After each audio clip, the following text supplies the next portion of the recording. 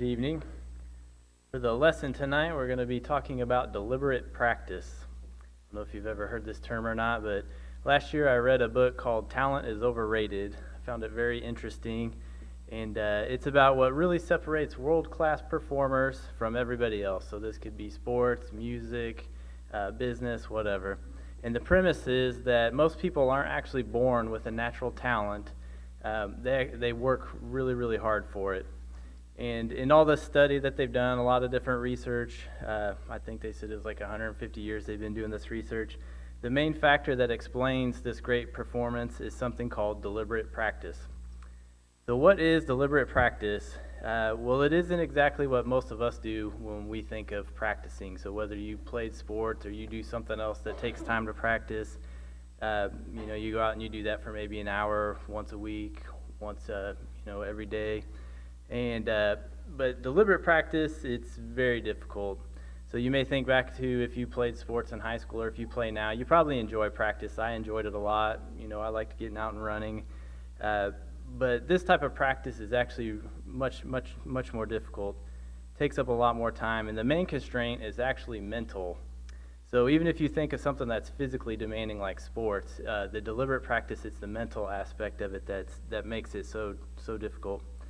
It involves concentration so intense that it is exhausting. So think for a minute, in your Christian life, have you ever concentrated so intensely that it was exhausting? Nothing really comes to my mind when I think about that for myself, but the verse that did pop into my head was Luke 22, verse 44. And it says, "And being in agony, he prayed more earnestly, and his sweat was as it were great drops of blood falling down to the ground." So if you're not familiar with this verse, it's Jesus praying in the garden before he was betrayed. And that word earnestly there is with sincere and intense conviction. So he was so intense, so convicted, so focused in his prayer that he was sweating that it was almost as thick as blood. If you think, have you ever concentrated on anything that you actually came to a sweat?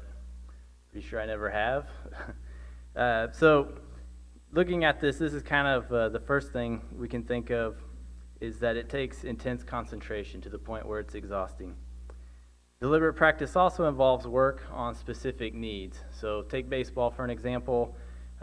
Different ways people can practice. You may just scrimmage, right? And so if you go to baseball practice in those times, whether it's once a week or every day, and you're just scrimmaging, you're probably going to get better than most people that don't play baseball. But if you actually play against a team where they go through specific drills to improve specific needs that are on the baseball field, like fielding a grounder, right? A grounder could be slow, it could be fast, it could be to your right, it could be to your left, it could be directly to you.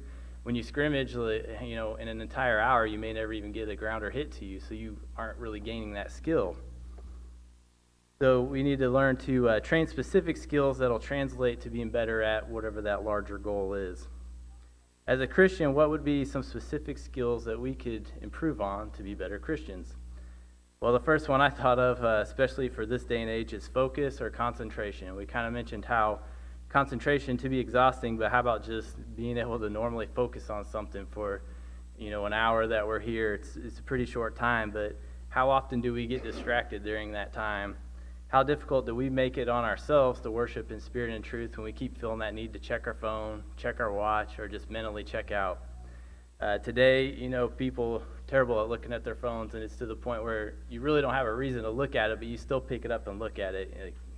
You're not going to do anything on it, but it's just this habit that we have, right? Deliberate practice also involves analyzing your performance.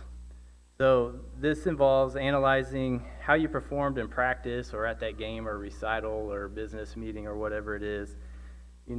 Think through, write down whatever it takes to review what you did right, what you did wrong, and then make up a plan on how you can correct what you did wrong, and then you use that plan to address what you did wrong in the next practice, right? Get better at those weak points.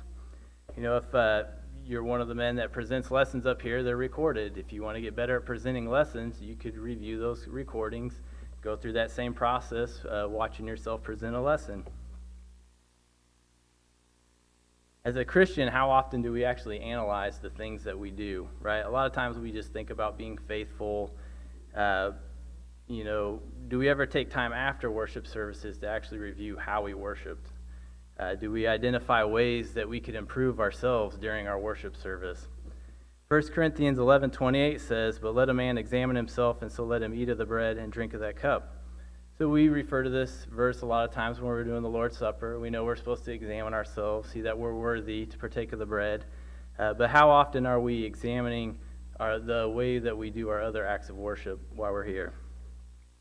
Another thing that I kind of just came up with, I don't know, maybe it's not exactly new, but what if you use this to analyze why you sinned, right? So typically when we sin, what do? We repent, we ask for forgiveness. But what specifically do you do to help yourself not succumb to that same sin again? You can consider that for viewing it as an opportunity for deliberate practice. Take the time and effort to actually analyze what went wrong. Concentrate on the what, where, whys, and hows. Picture what would have been the ideal outcome in that situation. Ideally, you wouldn't have sinned, so what would that outcome look like? Consider how you can avoid that same scenario. Consider what you can do if you're not able to avoid it. What's going to be your other alternative to get out of it? So in concluding, I'm not really presenting these ideas to make us world-class Christians, because I don't know that that's actually something that's measurable, that you could say you are or you aren't. It's not, being world-class at being a Christian isn't what's going to make you saved or not. But the basis of this is, if you ever want to be better at something, look at those people that are the very best at what they do and get an understanding, what tools are they using to reach those levels, and then kind of mimic those same tools to improve whatever level you're currently on. For the invitation, just think about, if you want to improve as a Christian, you really can't do that until you are a Christian. So if you have yet to been baptized, we want to offer this opportunity for you to come forward and do that. If you have been baptized, and like I said, after you repent, and you need prayers, if you need to do that and come forward and ask for those prayers, we ask that you do that now while we stand and sing.